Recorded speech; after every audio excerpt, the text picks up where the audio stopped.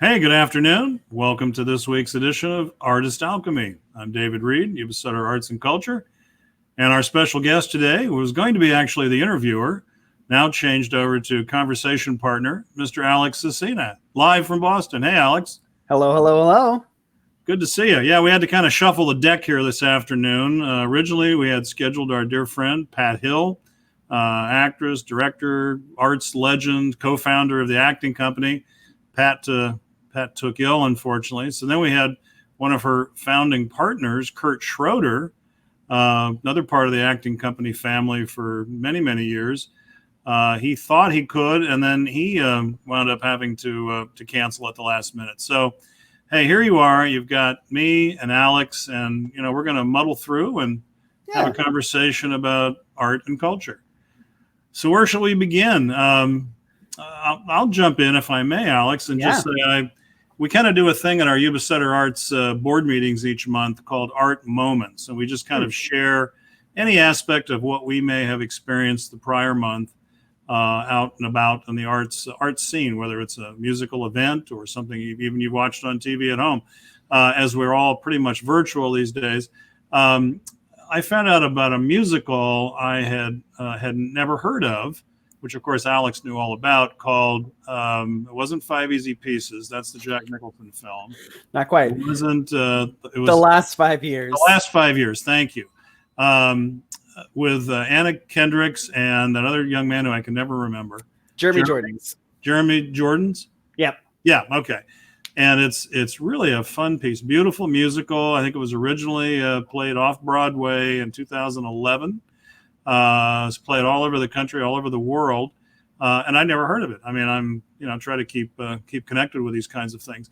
Anyway, wonderful story, fabulous music, and an interesting convention as far as how they tell the story, because it begins from her side of the relationship at sort of the end of the relationship, and then it cuts back to the beginning of the relationship, and then somehow they sort of wind up at the end of the show in the middle. So it's sort of fun from that respect. But Alex, you knew all about this show. What's your experience with it? It's probably one of my favorite shows of all time, from one of my favorite composers, Jason Robert Brown. Who also, I didn't know about him. Incredible background. So good. I would say that he is probably like the new Stephen Sondheim in terms of ingenuity when it comes to like theater scores. Definitely doesn't have like that dissonance that Sondheim does. But you catch his piano work, and it is so intricate and well thought out. And his lyrics are great. So like he does both sides of it, and he's very good at it. And that intrigued me, because is that fairly uncommon that you have the composer writing the music as well as the lyrics? Yeah, absolutely. Actually, so normally you have someone do one or the other. Right. I would say that that's more common than not. You do get some great people that just do standalone work. David Yazbek, Andrew Lipa. So there are some great ones out there, but like a lot of times, and you see them doing partner work together. So like even Stephen Sondheim normally does either one side or the other. He doesn't necessarily.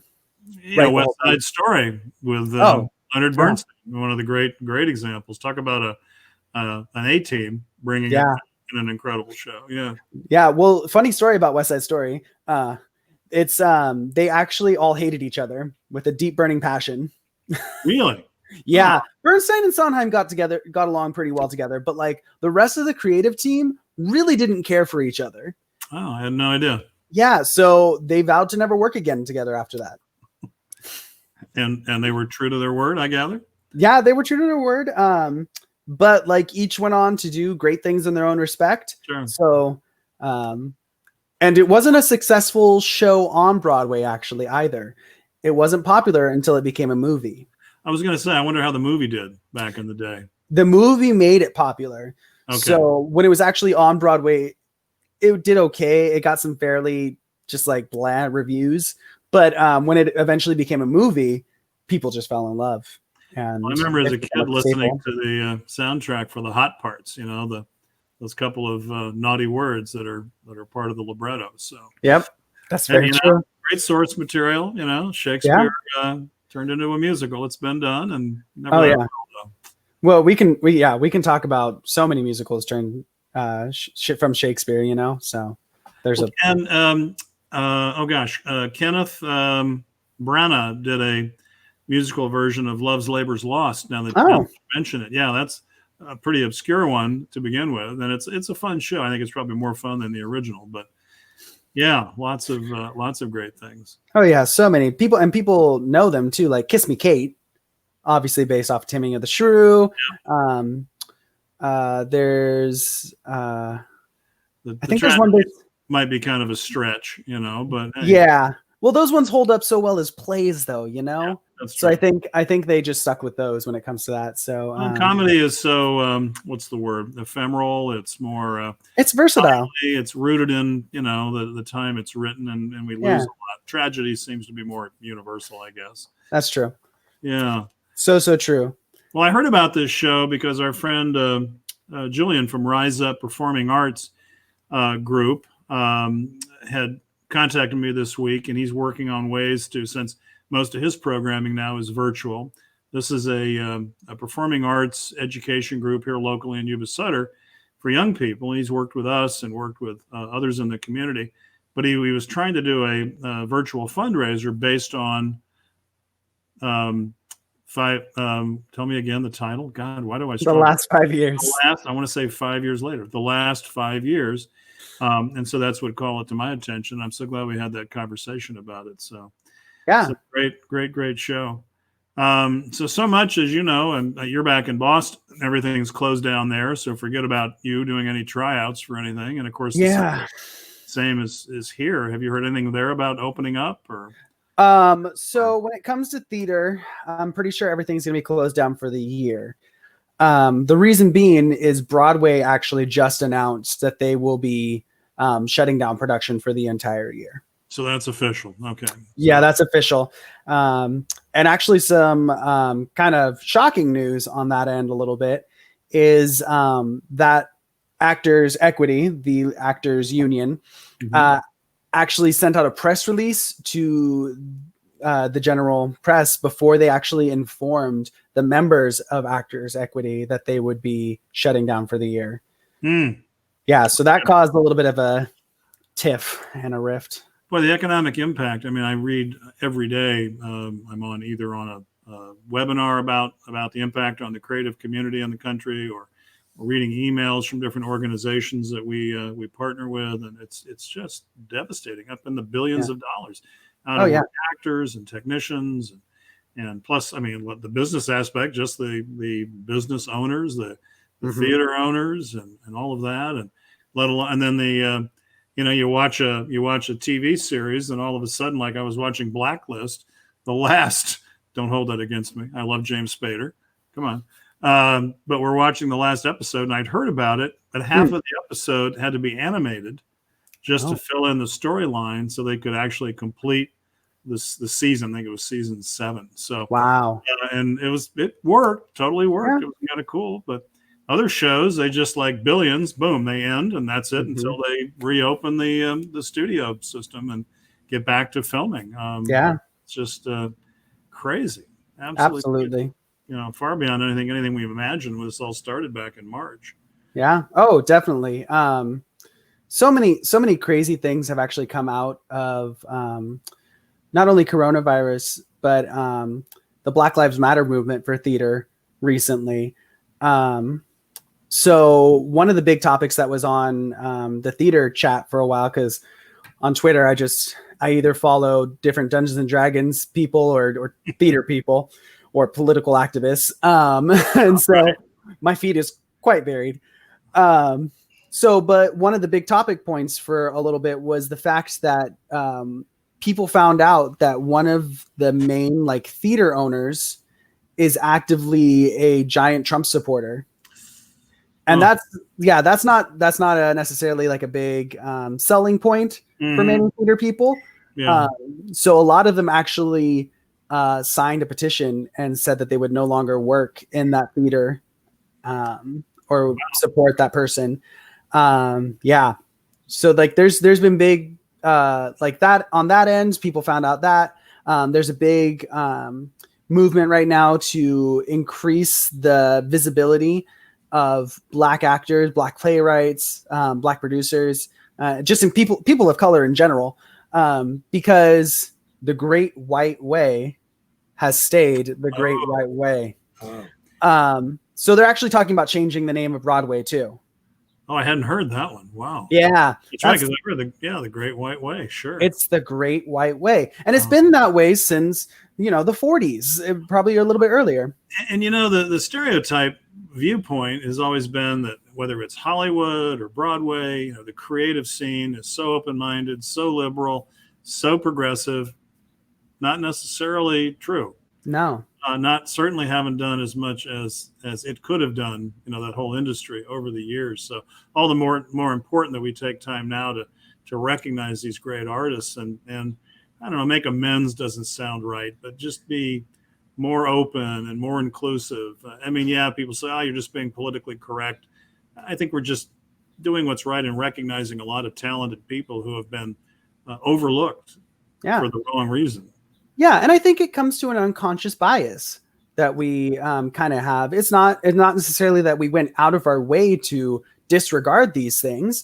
It's just ingrained almost in our society to a point that we don't even recognize it. So now that we've had the time to sit back and look at our bias, it kind of allows us to open up the possibilities to these things. Yeah, absolutely. My son Colin, who's a music teacher back in Washington, D.C., has just been astounding me with a daily series of Instagram posts about Black artists. And I know about some of them, but just the cavalcade of talent and these interesting and these niches, like the whole gaming industry, which he's schooled me on, as you have. It's phenomenal. And I've come to appreciate, just the music aspect of games, compositions that are right up there with the greatest film score. And some of these composers, and I've listened to some of these soundtracks. I'm not likely to play the games, right? But hearing the series, the sequence of the music, and learning about these, many of whom are Black artists, Black composers that I wouldn't have known of otherwise, and visual artists and theater people, and one of the examples, in fact, an actor that I just learned about. I was on an interview, not me, but I was listening into an interview on Zoom last week with the gentleman, Mr. Chandler, who heads the African American Shakespeare Theater Company in San Francisco. He was interviewing an old friend of his, an actor named Coleman Domingo. And as they're talking, it turns out that Mr. Domingo is not only an actor, but he's a Broadway guy, done a ton of live theater, and a composer, and working on a musical. And he's just like this Renaissance guy. And I'm thinking, who is this guy? Well, it turns out he had a leading role in Selma. He played Ralph Abernathy right there alongside David Oyelowo for most of the film, and a whole string of other incredible on-screen performances, as well as his stage work. So all these, folks that, I know David Oyelowo because he was the lead guy, right. But you look at these other actors with these equally impressive careers and the work they've done, and he was just so amazing to hear the conversation between the two about when their cause have passed and the work they're doing now individually and hopefully together again sometime. And I learned about this incredible new Shakespeare ensemble in San Francisco. I can't wait to see production when they get back, into their space. So absolutely, yeah. So it is opening our minds, I think, to just incredible new talent, new opportunities, new art experiences, and I'm just loving it. It's such a time for learning and enlightenment and self-education, and I think bringing up our level of empathy is not right, but awareness, I guess, as a society is so important. Yeah. Absolutely. I completely agree. I've definitely tried to expand my knowledge base here as we go along. It's just so important, Well, and you're such a activist on social media, I know, and you share a lot of interesting information with us. And I appreciate that you take I think a very reasonable approach when you're challenging someone's opinion and trying to introduce facts. Of course, my philosophy is that we all kind of seek the truth through our preferred filters. So you might want to get your truth through Fox. You might want to get it through public radio, national public radio, and they all have filters, and I think all can agree on that. So they certainly have a point of view, whether you agree or not. But then in the middle somewhere, you can still have a conversation, I think, and sometimes you share an opinion, and I'll think about it, and I'll go, gee, I never thought of it that way. I may or may not want to change my whole overview, but so that's valuable. Anyway, we're absolutely in some interesting directions here, and all of that comes back to the arts. As far as the economics of art, I was pleased to read this week that it appears Governor Newsom's budget will remain intact as far as funding for the arts. Good. Wow. Piece of money that goes through, it's primarily in California, filtered through the California Arts Council, of which we are a beneficiary each year, with some basic operational funding and then additional grants we apply for. So we're appreciative of that. The National Endowment for the Arts, we just got a new grant from them that we heard about today through the CARES funding program. But NEA is at about 160 million, so it's a little bit more than it was a few years ago. So it's which is good. holding steady in spite of the economic chaos that's out there. Yeah, absolutely. That's really good to hear, actually. You always worry about what's going to get cut during these times, and art could easily be the first thing to go. But when you hold on and you see what comes from these things and how much joy it can bring people, like this, even like, yes, this is a program like that somebody set up on like a computer and everything, but like the art that we get to share through here is invaluable, right? So just to see that art's still getting shared and created, and that people are realizing that funding doesn't necessarily need to go away as like the first thing to go is so cool. We're fortunate. YubaSutterArts&Culture has a variety of income streams, but we've been upping each year by a significant amount the local government funding that we've been receiving from the counties and the cities, which we very much appreciate. We're still waiting to hear what, if anything, they're able to share with us this year. But it gets back to one of our current themes, if you will. But we feel that our local creative community really contributes to quality of life issues here in Yuba Sutter. Whether it's theater or art galleries or any of the performances that occur, concerts, people want that. I mean, somebody pointed out to me that she had moved here a few years ago, that when she was researching the community, she knew nothing about Yuba Sutter. She looked at different websites. Everything said, great community, only 2 hours from San Francisco, only 2 hours from Lake Tahoe. Everything that, pointed them in another direction, as opposed to focusing on the benefits of life in Yuba Sutter. And quality of life issues like arts and history and culture are so important, so significant. So we're hoping our local governments will be able to provide some support. And then in turn, we contribute to the local efforts in terms of economic development. Yeah. We've done some quick calculations. We want to do a more in-depth study, but we think that the number for all of our local arts and culture groups in the community may contribute as much as $3 million to the local economy, which is, worthy of, I think, recognition. That's not just Yuba Sutter Arts. It's a combined effort. So we'll continue to research that and look at that as a focal point and another reason for finding local support for what we do.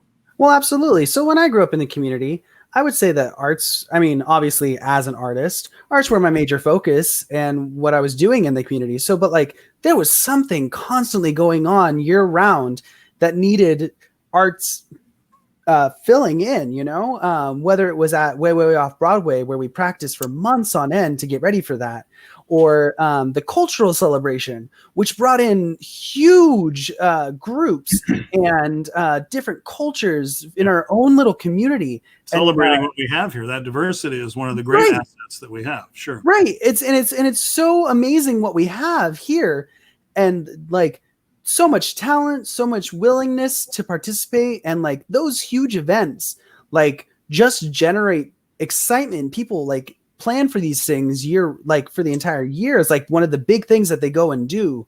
Like some people might go to the fair, but like this is like specific. Well, unfortunately, all that stopped just before I moved here in 2009. So we're still building back up. We'll get there, but I love stories because those were those were annual events for many, many years. So. Oh, it stopped in 2009, right after I left. Oh, okay.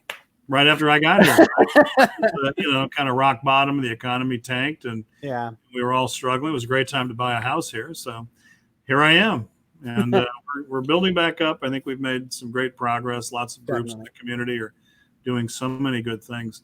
What else? I was going to ask you about your recent theater experience. Yes, like which to talk about your outing with Oscar Wilde. Yeah, it was a great night. I got to do a Zoom. Well, it was on YouTube, but the actors were all on Zoom, and it was the importance of drinking in earnest. So it was a drinking game set to the show, The Importance of Being Earnest. And so every time they said the word earnest, you had to take a drink. They say the word earnest 89 times in the show. It's a lot of earnestness. Were you partaking? Was it audience every time? You did? Okay. Yeah. Well, not only was the audience participating, the actors were also. Oh. So anytime they said earnest, there was a quick pause as everyone took a drink. What were you drinking? Cider. I found a couple of different ciders that I just was like, hey, why not? All right. Low alcohol. If you weren't out and about, okay. Yeah. Right. Whew. If it was anything higher in alcohol content, though, let me tell you. Who was the group that put the show together? The group was called Pick Your Poison Productions. Okay. And I think this was actually their first production, from what I understand, like the way they were talking about it. They had originally planned to do live and online performances, but due to COVID, they kind of just switched everything directly to online. Okay. So they plan to do more, and this is like the first one that they've done. They were asking for suggestions. I was thinking that a Shakespeare would be fun, if they I'm intrigued by any kind of virtual theater thing, and I've been trying to get a kind of a readers theater together or some kind of virtual performance thing. No, it's never going to replace real live theater. Right. Period. However, in the meantime, clever takes on particularly an old classic like Importance of Being Earnest, and bringing it to a virtual environment, adding a little interactivity with some festivities and adult beverages. Why not? I mean, I really want to try something like that here. Yeah. For a couple partners to work with us on it, we can certainly produce it. Yeah. And how many performers were involved in the production? I forget. Is it? There were 10 overall. Okay. And this was the really interesting and well thought out part of their production, was that they had the two butlers, because they don't have very many lines in the show, but they had them also do narration for the show. So any stage direction that would have taken place, they tell you. Okay. That way you're not missing out on it. And they were very... You're not watching actors running around a stage or what have you. Right. Okay. Because they're just sitting in there in their chairs the entire time. But but I think what they also did well, so they had the narration going on, which was they adapted, obviously, because most plays don't include narration like that. Sure. But what else I think they did well is that there are some props in shows, just in general. So what they would do, hey, how are you? No. So what they would do is they'd reach off and pretend like they were grabbing something, and then the other person would be doing the same. They'd pull back. There it is. They could hand it over here. All that stuff, and it'd be a different item, obviously, when they were bring it back, because it was their own individual houses. I love it. Yeah, it was very well thought out. You could do some clever stuff like that. Yeah. Yeah. Like me handing something to you over here. Right. And then I just, but this way. Right. So we'd have to rehearse. But yeah, it was just so cleverly thought out when they did it that way. So I was super happy to be involved in that. Free event? Free to the viewers? Yeah, so they did this free. What they did instead is they suggested that you give a donation to Broadway for racial equality. Nice. So the group that is trying to increase visibility for people of color on Broadway. Yeah. So so it was really cool that they did that instead. And again, these actors were from all over the place. There was one on the East Coast. Most of them were in LA, but like, oh really? Oh no, I didn't think about that. I thought this was a Boston centric cast. oh no. So this is actually, most of them were in LA. There was one I know that was on the East Coast because they mentioned how late it was for them. Yeah. But in general, yeah, they were just already. Another fun part actually that they had for the show was that they had a swing cast member on the side ready to go, just in case somebody conked out or completely like, yeah. So, but they had one actor who was just ready on the sidelines the entire time, just in case. Oh my God, that's so fun. Well, how'd you hear about the show? Through D&D. Really? Yeah, actually. So one of the people that I follow on D&D, she is the producer for one of my favorite shows, Critical Role, which is a huge deal now. Like, it's been on for like 5-6 years, running, and they do it every Thursday night. And also, like, they're creating their own animated series for it. They have their own books about it. Like, this is like a huge international phenomenon. And for other non-gamers like me out there, I've been educated the last couple of years. I mean, it's a phenomenal creative adventure, not just for the players, but the development, the storytelling, the character development, the graphics, the music we talked about. Yeah, it really is a thing. So I wouldn't say I dismissed it. I just never paid much attention to it. Well, I wouldn't have either. But when I got into it, like, I was intrigued by the acting side of it. It's just like I get to portray another person. Yes, I'm battling things along the way, but those are like side points, like the reason that you met those things and the reason that you're battling them and like your motivation. You don't have to necessarily want to kill everything on your way. You could try to have a conversation with them, you know? Sure. But there's, and it's so creative, because like, yes, there are the maps that you have to draw out for everything. There are miniatures that you paint, like, and people create these things, and just it's so arts intensive. Yeah. And it's just so crazy to think about. And with the constantly evolving storyline and everything, like, it can be different every single time you play. No, so it's really cool. Anyway, so like I saw her on it. She's the producer, and she was one of the cast members. Okay. All that rambling about D&D. Yeah. She's one of the cast members. Oh, she played Cecily. Well, in LA, I mean, they used to make jokes about the lack of culture in Los Angeles. I grew up there. I was there for about 25 years. Born there, left for a while, came back, went back east. Now I'm up here in Northern California. But I'm here to tell you that even when I was there up until 1989, when I moved back east, there was a lot going on, you know. But the joke used to be, what's the difference between Los Angeles and a jar of yogurt? The yogurt has an active culture. Or the other one, what are the dimensions of Los Angeles?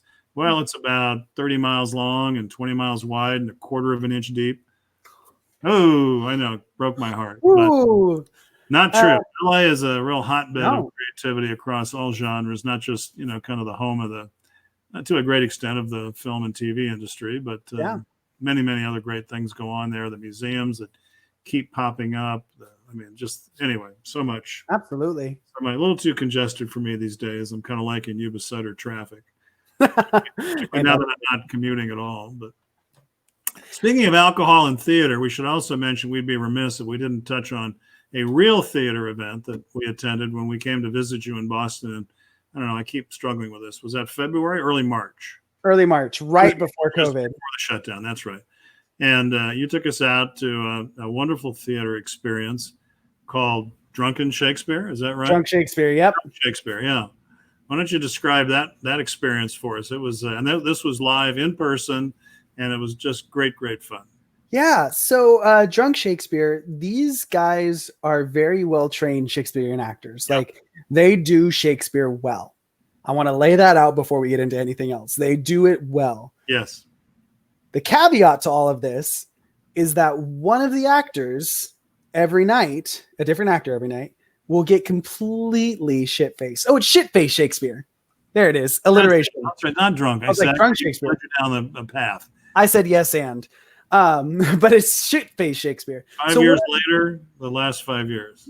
Last 5 years. I got it. But yeah, so one of them is just completely shit-faced. And then the rest of the actors attempt to reenact the entire show. Yes, that actor probably makes some choices on their night to go a little bit more funny, before, but it's very responsible, actually, the way that they do it. They make sure it's not the same actor every single night.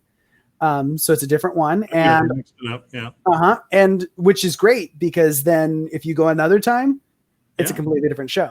Different experience, sure. Different experience. And also, they're very responsible after the show.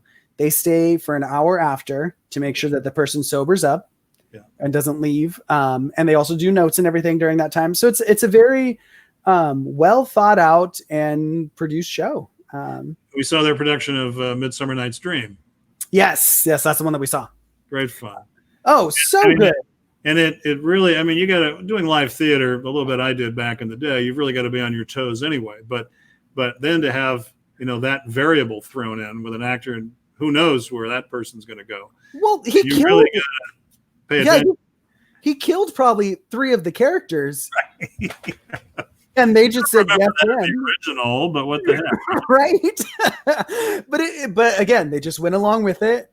They do have one guy that kind of is the wrangler for the production. He kind of makes sure it doesn't get too out of hand. They let it get out of hand, but not too out of hand. Oh, fun.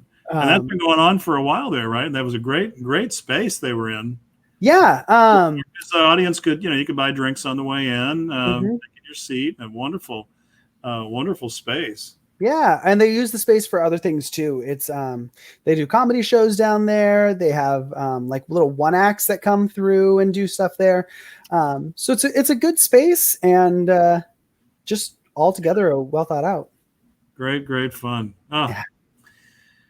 Gosh. So what else? Let's see. What's going on here that you may not have heard about? All the virtual events, of course. We're just trying to, stay in front of it and keep people aware of what's going on and what's going to come. And, we get these little teases where it looks like we might be able to open up, and then we can't. And we're still waiting for the state to proclaim phase 4, but now they're starting to close restaurants and bars in some cities again. So we've kind of taken a few steps back. No real idea of when we're going to get released. Same thing in Boston, I guess, right? It's really we've still closed. We've definitely taken it a lot slower, and I would say that Boston's probably, from the last chart I saw, has seen the greatest decrease in COVID cases. So that's really good on our end, and I think people are really smart about what they need to do. I do see a lot more people without masks when they're just walking around, but generally when you go into like a store or something, everyone's wearing them. It's not even a thought in somebody's head. Yeah, we're a little more rogue about that here. I don't know what the percentages are, but it just depends on what you believe, I suppose. And some do. But as for art in the area, I definitely haven't seen anything locally too much. I am a part of a local actors organization called Stage Source. It's not like a union or anything. It's just like they post things and let you know what's going on in the theater community. And they do weekly updates on like what's happening for theater people. Here's what you can apply for to be safe, hopefully with your money. And then just they did post at one point that they're looking for like different actors to do attempted online shows. But that was just one case, unfortunately. I would love to see more. I just think it's hard for theater companies to transition like on the spot, like because it was just so unexpected. You want to put on a high quality performance without losing if it's a show that was written specifically in Boston, or like the playwright, it's a brand new show. They don't want to lose their intellectual property over it either, and stuff like that. So I think people are wary about posting things like that a little bit. And they want quality too. You don't want to just film it on your phone and call it good. So doing all of those things is just kind of hard right now. Well, here back home, if you will, the acting company, of course, we're sad that neither Pat Hill nor Kurt Schroeder could join us this afternoon, but they did a neat thing this last week or so and posted it on social media. I don't know if you saw it. They did a series of recordings of songs from shows they've done the last 5 years. So it's a whole kind of collection, just a little something to put out there to remind people of what they have to look forward to when they're able to reopen. So it's they're doing some online things and really trying to keep it alive. Bob Harlan just sent a note. He says acting company's Magic Theater is providing children's shows online with just 10 paid audience members starting July 11th. COVID-19 rules allowable. So we'll learn more about that, I'm sure, this next week. So that's good to hear. Magic Theater, of course, is the acting company's youth training and production company under the acting company umbrella. Yeah. Oh, there it is. You got it right up there. You popped it up on the screen. As I do. Yeah, you're doing the magic. Technical wonders abound. Yeah, if you see any other kinds of virtual things as you're scouring social media and the internet, let us know, because I think there's still more of it that we can do, and we'll see what we can come up with. Definitely. I definitely, like, when I look at Playbill, their online social media presence, you definitely see some people put things together. Like, for instance, Sondheim's birthday, which he does every 5 years or so, is always a big thing. I lost you. Don't leave me alone. I'm back. You're there. There you are. I guess I was fiddling with something. My idle hands. So they do stuff, and I think that's available online. As for like other theater things that are coming out, there's a big one coming out on Friday. But before we get into that, I'd love to talk about American Son, which you had the chance to view. Wow. Yeah. Netflix. Not musical. No. Nope. But a wonderful play and very well directed. If you have the chance and have Netflix, I would highly suggest watching American Son. I know it's SON. Yes. American SON. Yeah. It's the original Broadway cast with Kerry Washington. It was a Broadway show? Yes. It was a stage play. I didn't know if it was a Broadway. Okay. Yeah, they did it on Broadway. Kerry Washington's in it. Jeremy Jordan again. Stephen I can never say the last name right. Pascal, I think. Yeah. Yeah. He's in it, and he's a wonderful musical theater actor. And this is the first time I've ever seen him do a straight play. But like, it's just so true to the original stage production. It's a one room shot show, and you get the close-ups on their faces. But besides that, you get the feeling of the actual stage production, I would say. And its intention. So it's really kind of cool to watch. So if you have the time, watch that. And it's not just a like a film stage show. It's not like a stage. No. It's actually on a set in a police waiting room. Right. It's set in Florida, Miami, Florida, where I spent the first 12 years of my life. Raining like crazy outside. It's at night, isn't it? Yes. Well, the first part of the morning. We spend the night at the place, and then finally the sun starts to come up. But it's just a heartbreaking but so relevant story for now. In fact, I was just going to read Frantic with Worry. Kendra, Kerry Washington's character, paces the waiting area of a Miami police station. Her 18-year-old son, Jamal, a top student about to enter West Point, went out with friends early in the evening and has never returned nor contacted her.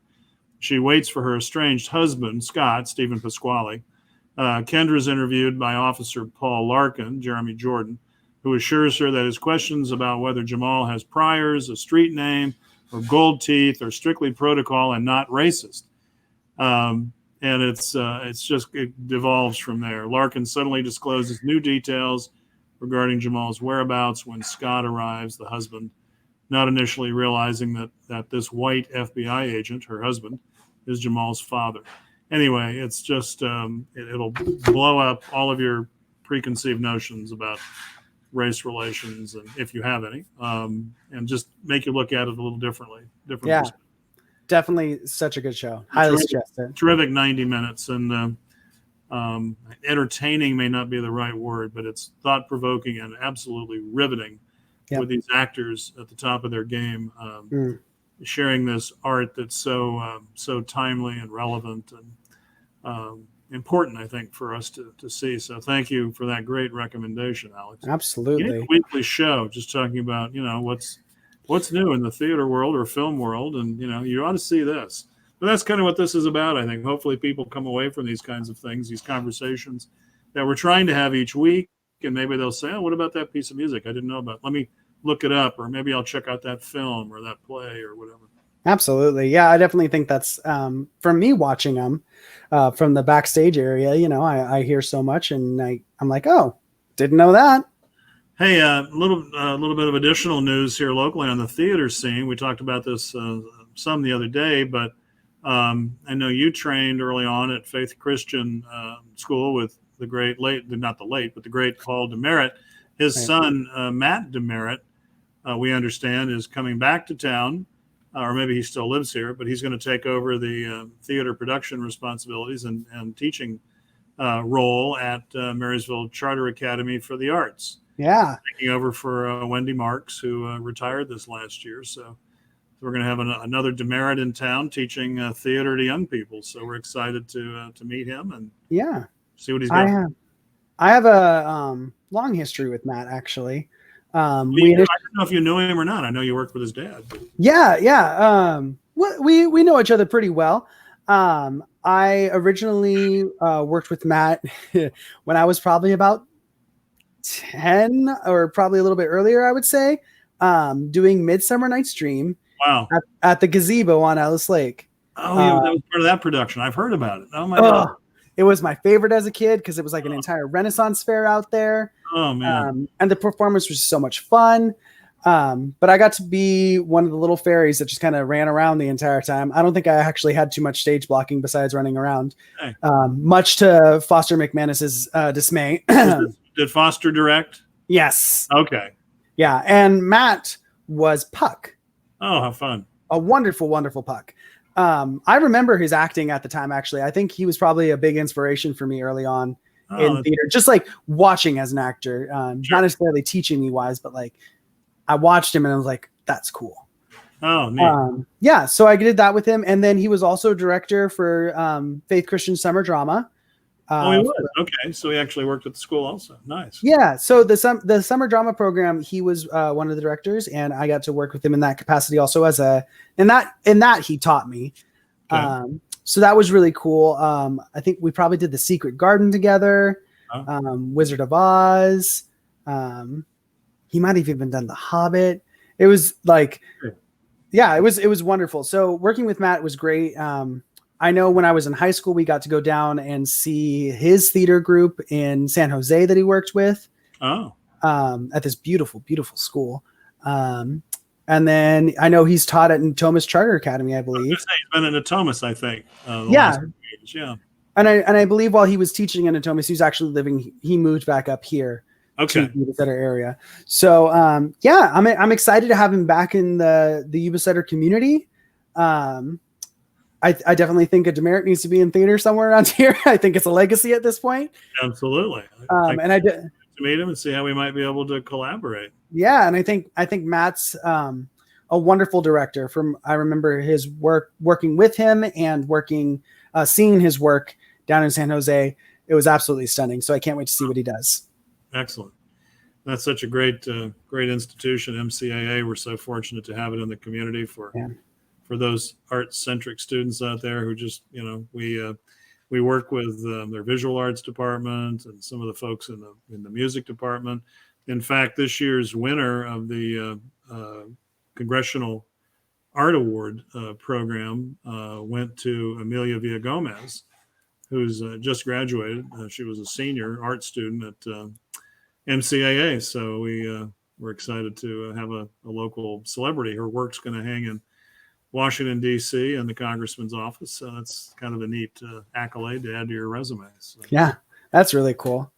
So it's such a bummer at MCAA. When I first came here, I saw some productions when they were still able to perform in the old Marysville High School auditorium. What a spectacular theater that is, as those of you who have been there know, and because of earthquake issues and I think asbestos issues and whatever else have befallen that poor structure, it had to be idled, and now they are working in a small, I think, outdoor space for some of their performances. But if they're interested in a home indoors in the winter, we'd certainly like to partner with them with our Burroughs Theater in Marysville. So yeah, we'll see how that goes. Yeah, absolutely. Yeah.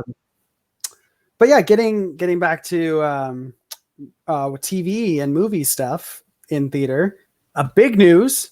Everyone better be listening to this one. Friday on Disney Plus, another streaming service. If you don't have it, you need to get it immediately, because the theater sensation Hamilton is going to be on Disney Plus.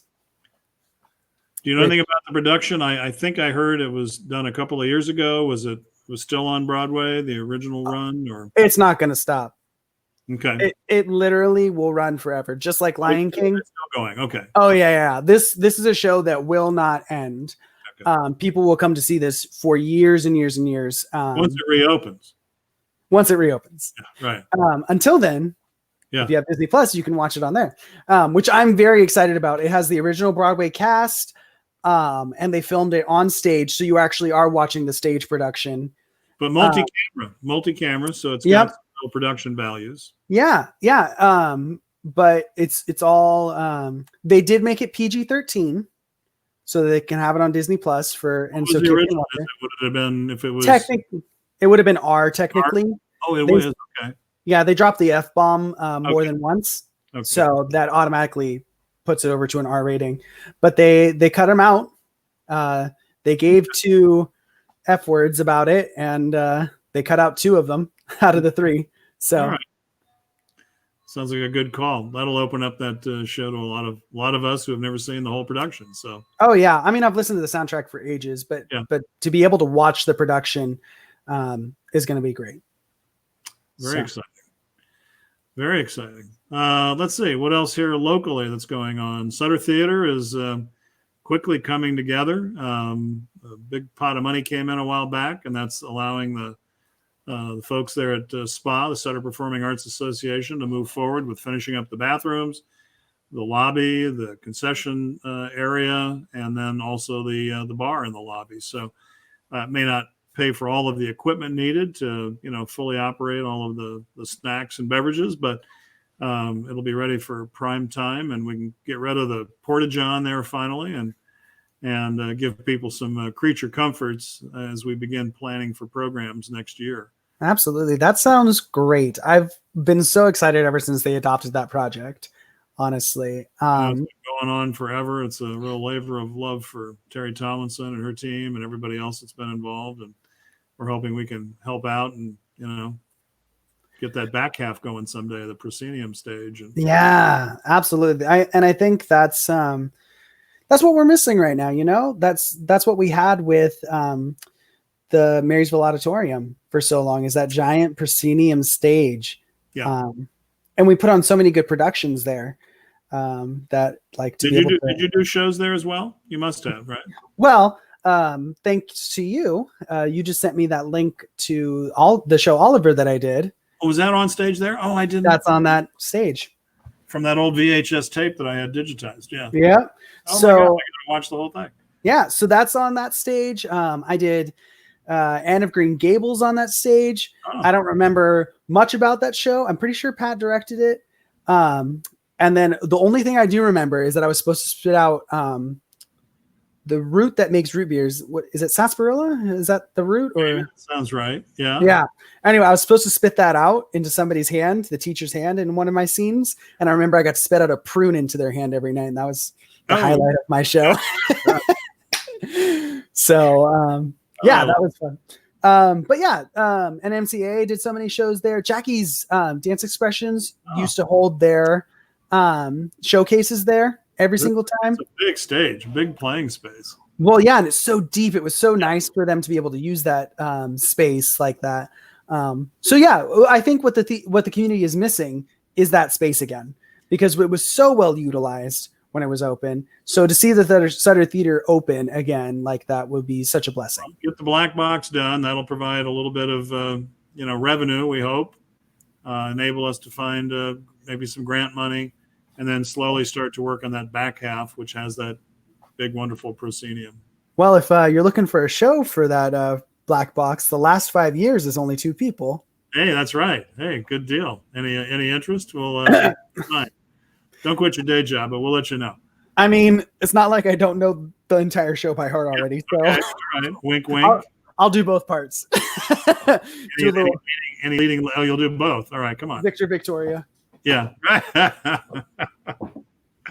You're killing me. We'll think about that. That's good. That'd be fun. No, we're all very excited about that. Yeah. What else? Well, let's not forget the the wonderful theater at Yuba College. Of course, also Shuttered, and James Gilbreth.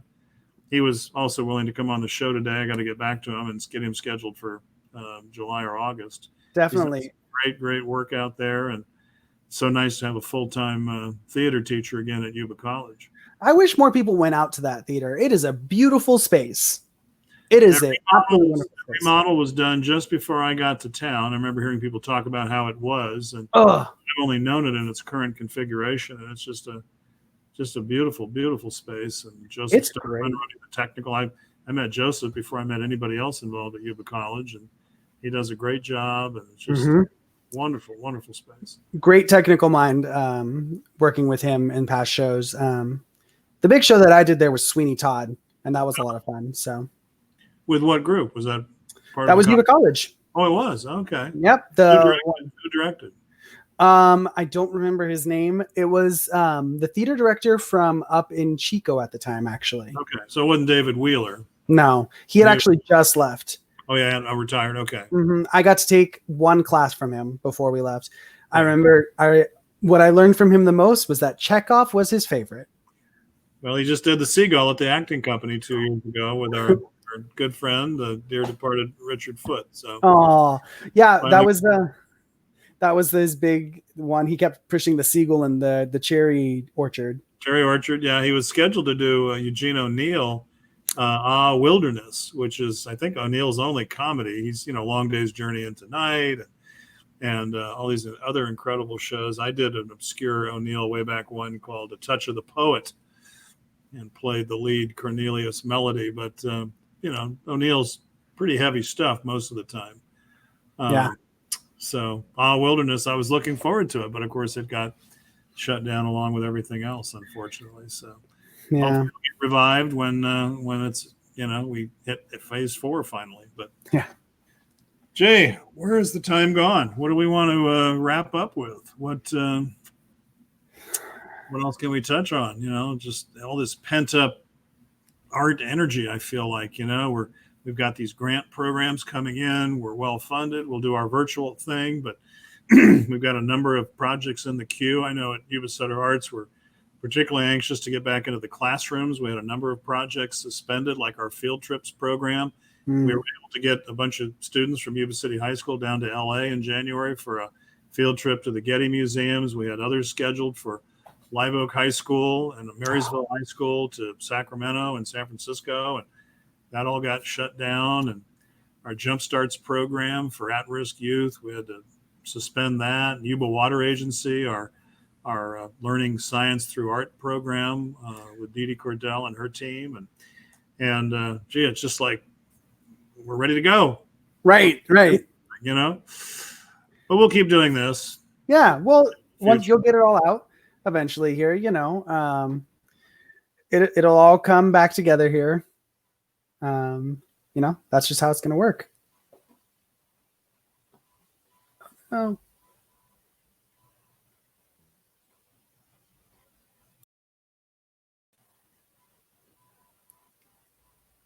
I'm there. I'm going to wait for there we go. Okay, I thought they were giving us the hook. I was like, what happened? Yeah, let's just pull the plug on these guys. We still have 6 minutes. Oh, all right. Speaking of pent up, creative energy. I've been driving myself crazy over here, without theater to do and whatnot. But I actually just found a job that might put in that theater nudge for me, that performing nudge. Well, tell us all about it. I hadn't heard of this until recently, but Arthur Murray Dance Studios.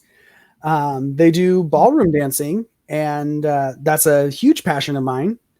So that's actually why I'm dressed up. They require a button-up shirt and a tie. So I was trying on different things, making sure I still fit COVID-15.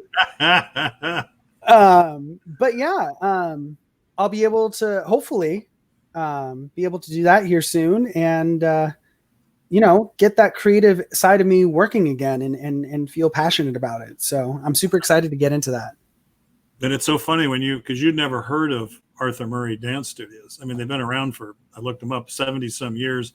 When I was in Maryland, I took our local Arthur Murray studio. I took waltz lessons. I was going to a waltz ball in Washington, D.C. at the Organization of American States in their grand ballroom. This was a very cool thing. Anyway, and I said, hell, I don't know how to waltz. 1, 2, 3, 1, 2, 3. Of course, there's a bunch of variations on a theme. That Viennese stuff, they step it up a bit. We're not talking Tennessee waltz with that bunch. Some of this crowd were, they show up in their uniforms with medals and all that crap. I hung out with them for a while, but it was a lot of fun. But Arthur Murray is like this legendary brand in this country and maybe abroad. And I looked up Arthur Murray. I forget his birth name, but he created this dance studio enterprise. And but I think it's a generational thing, just the fact that you've never heard of them. But there isn't one around here. I don't know if there's one in Sacramento or not, but great program. So good for you. Yeah. Well, I'm super excited about it, and hopefully it pans out. So. Well, didn't you do, I think, was it before me, or maybe I didn't know about you or know you, but did you do Dancing with Our Stars? I sure did, the first 2 years. And you were the pro? Yeah. Yeah. Without knowing anything about partner dancing. Okay. All right. Well, hey, you're a good, what do you call it? What do you call spontaneous theater? Improv. You're an improv guy. Yeah. Yeah. Who'd you dance with? The first year I danced with Robin Walther. Oh, okay. Wonderful. Yeah, she was great. Loved her to death. And then the second year I got to dance with Catherine Stroker from Ride Out Hospital. Okay. Because it was a fundraiser for Ride Out. So they included one of the nurses. So she was wonderful to dance with, truly. Second time I felt more confident about it, so that was great. Neat. Yeah, I think it's an ongoing program. We'll see what happens this year. But didn't know a single thing about partner dancing though before I went into it. So I went down to Sacramento once a week for a while, and not to Arthur Murray, but somewhere else. Yeah. First one was Midtown Stomp, which is for East Coast swing and Lindy Hop, which is what people think of when they think of traditional swing dancing. Okay. And then the second one, I did more West Coast swing by that point, and that's become my passion since. That was with I don't even know if they had really a name. We just met every Tuesday. And I made some lifelong friends through that. So that was definitely a connection. I've gone to conventions since then. So swing dancing has become a big part of my life. Oh, that's wonderful. Yeah. Well, we'll be anxious to hear how the new gig at Arthur Murray Studios comes about, and best of luck with that. I don't know, is Break a Leg, is that appropriate for your upcoming audition? It's like an audition, isn't it? I mean, it really is. Yeah, it's a bit of an audition. Theaters Break a Leg. Interesting fact: dancers say "merde." Really? Oh, as in, I know what that means. I know that French. It's the S word. It is. Yep. It's the S word. Yeah. Okay. Yeah. Reason being is because if you arrived at the theater as a dancer and you stepped in horse manure on your way in, it was a sign that many people were inside the theater. So that meant you were going to have a good show. Oh, it's like a good luck thing. Oh, interesting. Good luck thing. Oh, I like it. Yeah. Oh, well, it's been a lot of fun. Thanks for being so spontaneous and creative. And Yeah, we went all over the place. Giving us lots of good things to talk about, Alex. It's been so fun. Of course. Great to see you. Good luck with those upcoming auditions. What do you call it? Interviews. Audition is a little bit of both, isn't it? I mean, when you really think about it, an interview is an audition. Yeah. And an audition is an interview. Absolutely. And, you're the product. You're the product. So sell, sell, sell. All right. We'll wrap it up there with this week's edition of Artist Alchemy. Thanks, everybody, for tuning in. And sorry we were unable to have our friends from Acting Company on, but we'll get them scheduled as soon as they're feeling up to it and talk about what's going on there, because I know they're anxious as can be to get back into business and get those theater doors open and do what they do so well and have done for so many years. Next Tuesday at this time, you're going to have to see me again, but this time the tides are going to be, or the wheels, or what do you say? Something's going to be turned. There's an expression. The roles will be reversed. Reversed. Yeah, that's good. Let's go with that. And our good friend Tom Galvin said he wanted to interview me, of all people. So we'll talk about my life in the arts and my interest and why I love being where we are here in Yuba Sutter and doing what we can to help promote art and culture in the community. So until next week, keep tuned in, watch what we're doing online, and support the arts any way you can. So bye for now. See you next Tuesday. Thanks, everybody. See ya.